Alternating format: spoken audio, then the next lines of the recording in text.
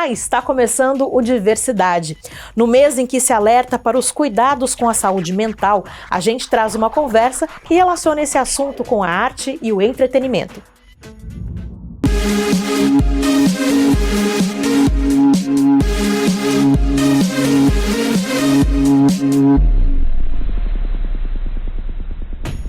A campanha Setembro Amarelo acontece no Brasil desde 2015. O foco é a prevenção do suicídio, desmistificando os transtornos mentais que podem levar as pessoas a esse ato tão extremo. O assunto ainda é um tabu muito grande na sociedade, mas aos poucos vem sendo mais discutido, inclusive nas produções artísticas e culturais. A gente convidou a psicóloga Raquel Lacerda para bater um papo sobre o tema. O suicídio ele nunca começa só com ideação. Nós vivemos em uma sociedade que abafa muito as nossas emoções. Sem perceber, a gente já é condicionado a pedir desculpas por nos emocionarmos, por demonstrar emoções, por falar a respeito. E então o que eu mais vejo é que as pessoas elas vão acumulando. E nós vivemos em uma sociedade que prega muito a imposição da felicidade como norma. Então, se você não é feliz o tempo todo, se você está passando por algum problema, alguma angústia, alguma situação que não remete a ser feliz, alegre o tempo inteiro, já tem um certo preconceito. E também existe uma certa, não quero incomodar as pessoas, não quero sobrecarregar, ou então às vezes tem vergonha também de admitir que está passando por aquilo. E então as pessoas elas vão guardando muito para elas. E também tem uma questão que isso daí vai desenvolvendo fatalmente vai desencadear em um problema de saúde mental. E aí, o que acontece? Esses problemas, eles vão desgastando mesmo. Eles se tornam cansativos, a pessoa ela vai passando por várias coisas, nossa, sempre voltando no mesmo ponto, sempre enfrentando os mesmos problemas, vai passando por um ciclo ali, que isso vai se tornando muito cansativo, não se sente com base de apoio, e eu acredito que esse seja um dos maiores problemas que resultam em suicídio, porque assim, 95% é evitável. Mas como as pessoas elas têm vergonha de falar sobre as próprias emoções, que dirá falar sobre estar em crise, no momento da crise suicida, chegar para alguém e falar, conversar, desabafar, e vem um senso de inadequação muito grande. Boa parte do estigma que se criou em torno do suicídio vem do fato de que não se fala a respeito, numa tentativa de não criar também gatilhos nas pessoas, o chamado efeito Werther. O nome desse fenômeno vem de um clássico da literatura mundial, Os Sofrimentos do Jovem Werther, do alemão Goethe, publicado em 1774. No final ali o jovem se mata devido a uma decepção amorosa e todo o resto, e aí virou uma epidemia na Europa na época, porque as pessoas começaram a imitar. O efeito Werther é justamente isso, o suicídio por imitação. Eu vejo que alguém se matou, eu vejo que alguém fez alguma coisa, por exemplo, um famoso, e aí eu vou tentar, às vezes até pelos mesmos métodos que são divulgados. E isso daí realmente não é legal você falar do método.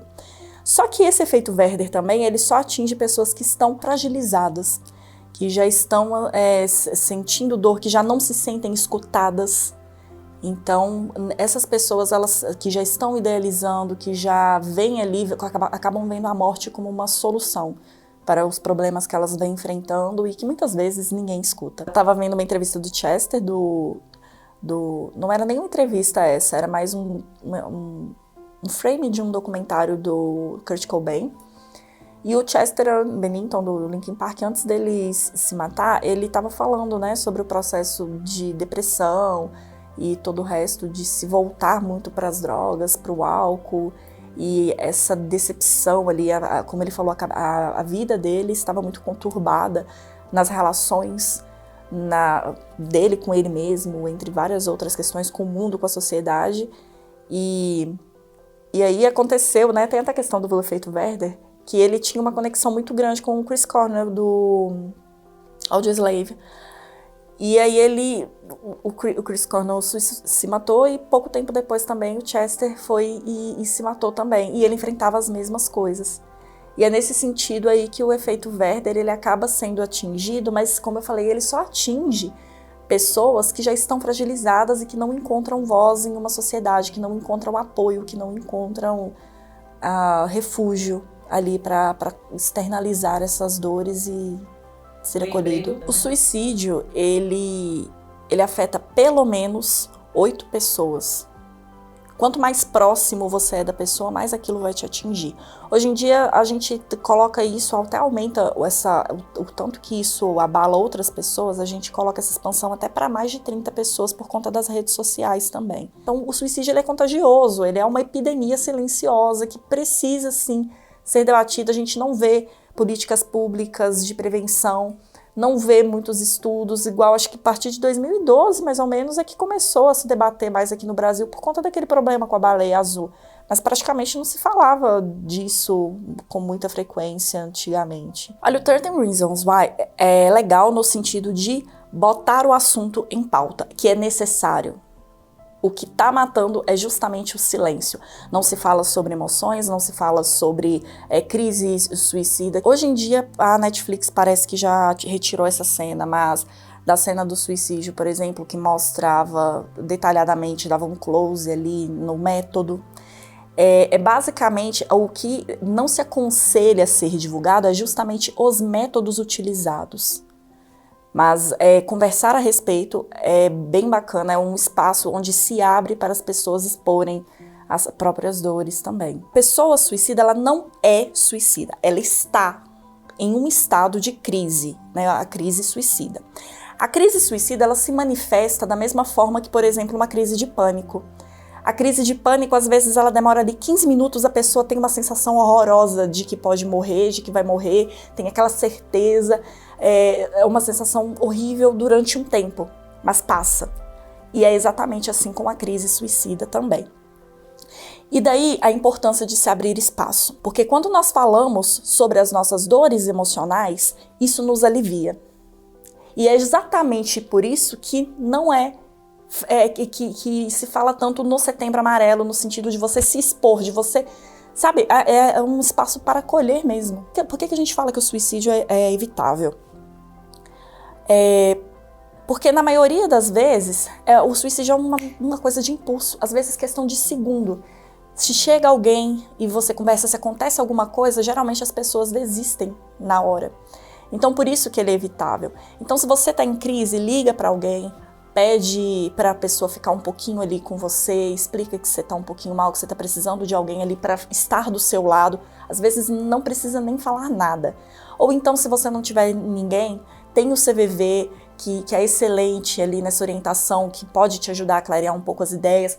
Liga para o corpo de bombeiros, para a ambulância, mas entre em contato para que alguém fique perto de você nesse momento, porque essa crise, eu prometo, ela vai passar. Eu sei que a dor é insuportável ali, parece que não tem outra solução, mas é um momento de você parar, respirar, esfriar a cabeça um pouquinho e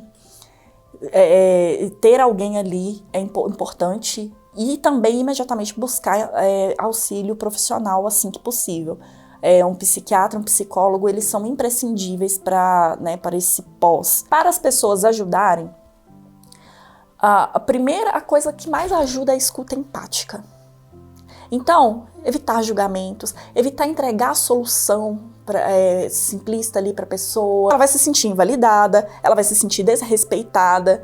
E ela tá num momento de dor, gente. Se uma dor física, às vezes, sei lá, você quebrou a perna, a gente vai colocar a mão ali para ver o que é. A pessoa já quase morre. Imagina uma crise emocional. Depois do intervalo, a gente continua com esse assunto tão importante. Fique ligado.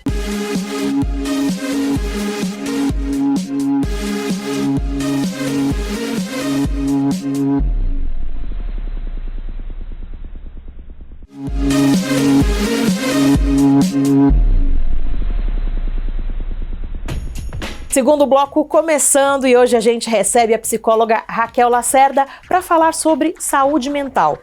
Na cultura pop, são vários os exemplos, tanto de obras que retratam as questões da saúde mental, quanto de artistas que tornaram pública sua luta contra a depressão, a ansiedade e tantos outros transtornos. Isso ajuda a levar esse assunto para muitas pessoas, fazendo com que elas prestem atenção quando alguém próximo apresenta comportamentos preocupantes. As atitudes de autodestruição, como abuso de drogas e álcool, a automutilação, entre várias outras coisas autodestrutivas que são realizadas, é o que nós chamamos de atitudes parasuicidas. Elas não chegam ao ponto de realmente tentarem a morte para valer, mas na tentativa de abafar aquela dor, apagar aquela dor, não ter que lidar com aquilo porque está muito insuportável, e que fazem parte de todo um quadro de doença mental. Praticamente 99% de pessoas que tentam suicídio ou que pensam em tudo está atrelado a alguma doença mental. Por isso, é super importante buscar ajuda profissional. Porque muitas vezes quando a pessoa chega no limite do suicídio, é porque ela está com uma doença mental não tratada. E às vezes muitas pessoas sequer se dão conta de que estão com uma doença mental. A doença mental, ela tem causas tanto externas quanto também internas, desde genética, ambiente onde foi criado, e também até questões assim, de produções do corpo mesmo, questões biológicas. Tudo isso interfere na doença mental, e além das causas externas também. Então é uma mescla ali de uma sensação de fracasso, de que eu fracassei como pessoa, como ser humano. E na vida, todos nós, cair faz parte, cair e levantar. Não existe se você não levanta, se você não cai. Então, altos e baixos fazem parte da vida. Só que a nossa sociedade valoriza o quê? Você tem que estar alegrão o tempo inteiro, você tem que estar feliz. A gente pega um exemplo disso, aquele filme O Joker, do Coringa. A mãe dele falava o tempo todo, você sempre tem que estar com um sorriso no rosto.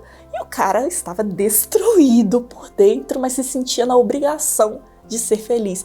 E esse é um mal-estar da nossa sociedade como um todo. Mostra, inclusive, o quão pouco espaço a nossa sociedade dá para que emoções como tristeza, angústia, o próprio desespero, como a gente estava falando da crise suicida, por exemplo, o quanto elas têm pouco espaço nessa sociedade. Durkheim falava que o suicídio, ele é uma comunicação. E ele acaba sendo, na nossa sociedade, acaba sendo uma comunicação para uma sociedade que não deixa o indivíduo se comunicar de outra forma. Então acaba virando uma comunicação extrema, do tipo, não aguento mais. Falando no papel da tristeza, tem o filme também, o Divertidamente, que aborda brilhantemente sobre os aspectos das emoções, da importância das emoções na nossa vida. Tem a raiva, o nojinho, tristeza, alegria e aí medo.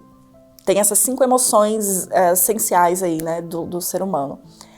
E o tempo todo ali, a alegria, a Harley sempre foi uma criança muito alegre, e a alegria ela sempre esteve a mais presente de todas ali.